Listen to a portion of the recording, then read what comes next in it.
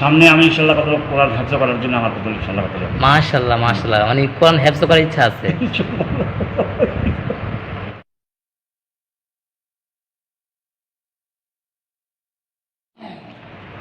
আসসালামু আলাইকুম। আচ্ছা, আপনি আমার কি হবে এমনি? চাচা হবেন না জ্যাঠা না দাদা? একই। ও আচ্ছা। তো দেখতেছি মানে আপনি তো কালকে আপনার পড়া শুনলাম, একটু আগে শুনলাম, খুব ভালো লাগছে মাশাআল্লাহ। এমনি কয়টা সূরা শুদ্ধ আছে আপনার? এখন আমার এই সূরা ফাতিহা সহ আলাম দাওয়াত থেকে নাস পর্যন্ত আর সূরা ফাতিহা 11টা 11টা সূরা শুদ্ধ আছে মাশাআল্লাহ। তো আপনি কতদিন যাবত চেষ্টা করতেছেন? আমি বহুত দিন এই তবলিগের লাইনে যাইয়া তবলিগুলো আমার ভুলটা ধরা গেছে। হ্যাঁ, জি তবলিগের লাইনে যাইয়া জি। এই ভুলগুলো ধরা গেছে। এখন মনে করেন আপনার এই এলাকাতে আসে গিয়া একদিন দরকার। এর মানে হচ্ছে যে তাবলিগে গেলে জি। এ মাসে ভুলগুলো ধরা খায়। জি জি জি। আচ্ছা আচ্ছা।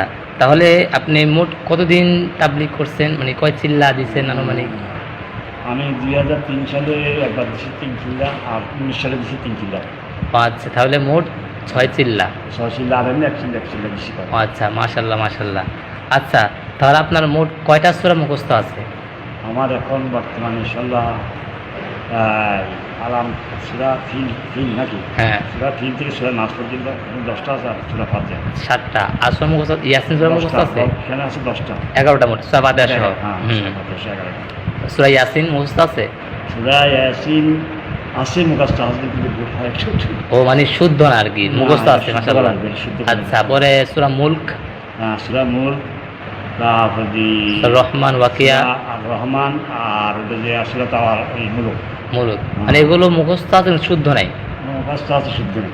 ও আচ্ছা, মাশাআল্লাহ শুদ্ধ মাশাআল্লাহ। কিন্তু এটা। আচ্ছা, তাহলে আপনি মানে এখানে যে মানে কবে থেকে আপনার যাত্রা শুরু হয়েছে যে আমি শিখতে হবে, পারতে হবে, শুদ্ধ করতে হবে?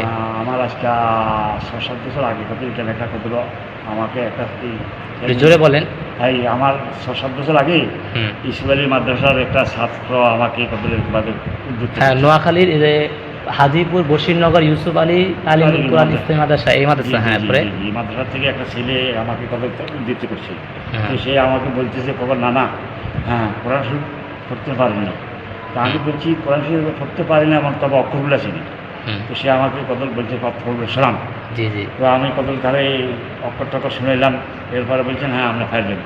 তো আমাকে প্রথম কদল সূরা ইয়াসিন কদল সে পড়াছে। জি। হ্যাঁ, সূরা ইয়াসিন পড়ছি। তবে আমাকে বলছে কদল আপনার ভুল হয়, হ্যাঁ যে পড়াতে হুম। কিছু ভুল হয়, আপনার এই ভুল একসময় সংশোধন হবে। জি ঠিক জি। আছে, আপনি পড়া ছাড়েন। জি। যদি পড়া ছাড়েন তাহলে কদল আপনার ফাইলেন। হ্যাঁ, অবশ্যই। আমিও আপনার গত বছর কি লকডাউনের প্রায় শুরুতে আমি আপনার পড়া শুনছিলাম। তো ওই পাড়ার এই পাড়া খুব অনেক পার্থক্য আমি শুনছি। মাশাআল্লাহ, খুব সুন্দর শুদ্ধ হয়েছে। আপনার বলা আমি শুনবো, আবার দর্শকরা শুনবে। অনেকজন আপনাকে দেখতেছে বর্তমানে, অনেকজন আপনার এই ভিডিও শেয়ার করবে, অনেকজন আপনাকে দেখে মানে উদ্বৃত্ত থেকে ছাড়া সাহস পাবে এবং কি তাবলিগে যাওয়ার চেষ্টা করবে, পড়ার চেষ্টা করবে। তো এখন আপনি সামনে কি ইচ্ছা আছে? সামনে আমি ইনশাল্লাহ কত কোরআন হেফজ করার জন্য আমার কত ইনশাল্লাহ কত মাশাআল্লাহ মাশাআল্লাহ, মানে কোরআন হেফজ করার ইচ্ছা আছে।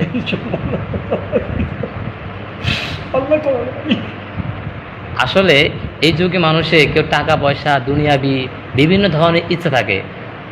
আপনার মতো এমন মানুষ আমি আগে দেখি নাই, যে কেউ দেখেছি কিনা জানি না, যে কোরআন শরীফ হেফজ করবে। আসলে এটা অনেক কঠিন, কিন্তু মানুষ চাইলেই সহজ। এটা আপনাকে দেখলেই সম্ভব।